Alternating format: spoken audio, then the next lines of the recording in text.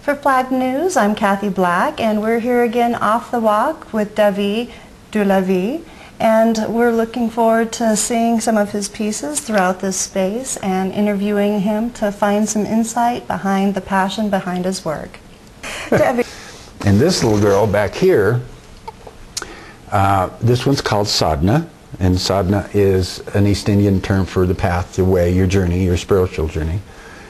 And it's hilarious to me, but it may take some explaining in order to be hilarious to anybody else.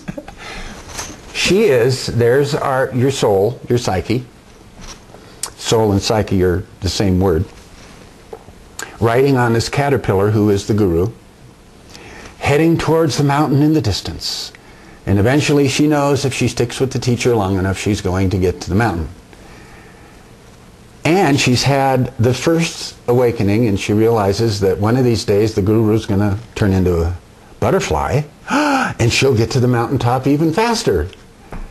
And then she has the next enlightenment where she realizes she has her own wings. And has had the whole time. And probably the gift that the guru gave her was to give her enough time to have enough insight to realize enough about herself to know that she never needed the guru in the first place. And any good guru worth his salt, that's their job, to give you yourself back, not to take the place of yourself. And so that's why that one's called sadhana, and I love it. And that was an image that was floating around in my head for months before I could finally get it down on the canvas.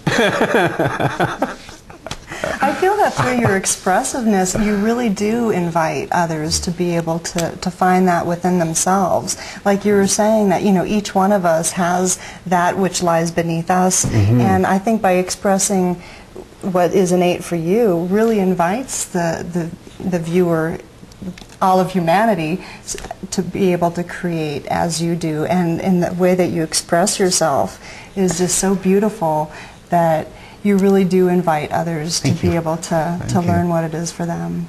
And, and you do find so many different mediums to be able to show that through not only your oil paintings, but all, I mean, you've shown me some beautiful pastels, some gorgeous sculptures, metal work that you've done, environmental engineering. When that creative stuff comes, when I don't know what it's called. I guess it's been called through the ages when the muse speaks, when inspiration strikes. My understanding, my experience of it is, in those moments, in those times, when I can shut off the Devi personality, persona, another good one, as a theater person, persona, from the Greek. It was a little megaphone that the Greeks used to wear on the stage so that they could make noise, to make sound, persona. That's what your personality is, just a way of communicating back and forth to the universe, to make noise. When I can get behind my persona and sit in that quiet, quiet, quiet place that is the most prior truth of myself, then all of this creative stuff starts flowing, and sometimes it turns into an image, which will be a painting or a sculpture. Sometimes I hear it, so it has to come out as music. Sometimes I hear it as spoken phrases, so it has to come out in writing or plays or poetry or whatever. Because I look at 2- and 3-year-olds before they've learned what they can't do and are just fascinated by what they can. And it's like, whoa, when you do that, this happens. Look, Mom, you know? And then we lose it because we're told to shut up or be quiet, or children are to be seen and not heard and all that stuff. But before they lose it, when they are pure spirit, when they are pure creative spirit, it all just flows through. And it's still available no matter how shut off you are from it now.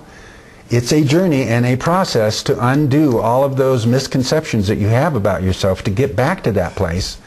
But that, sitting in that place of pristine awareness and pure creative essence, being a manifestation of creativity itself, which is what's sitting in this chair right now, is only the manifestation of creativity itself.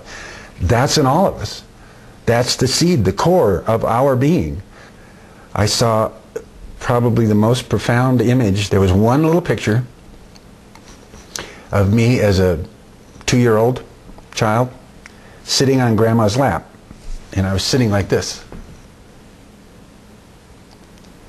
I was a little Buddha baby, and I said, "Who are you? And where did you go? I want you back." You know? And so I think that picture was probably the beginning of finding out how I came to lose that.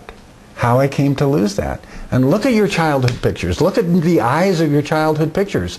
I bet that little Buddha baby is in there too. I bet you it is. I bet that little Christ child is still in those pictures. You know, I bet the little Krishna baby is still in there looking out at you, at the camera. And that's all that creativity is the willingness to take the risk, to be vulnerable enough, and then if somebody wants to buy it, you don't have to fill up your garage full of stuff. You can actually sell it. And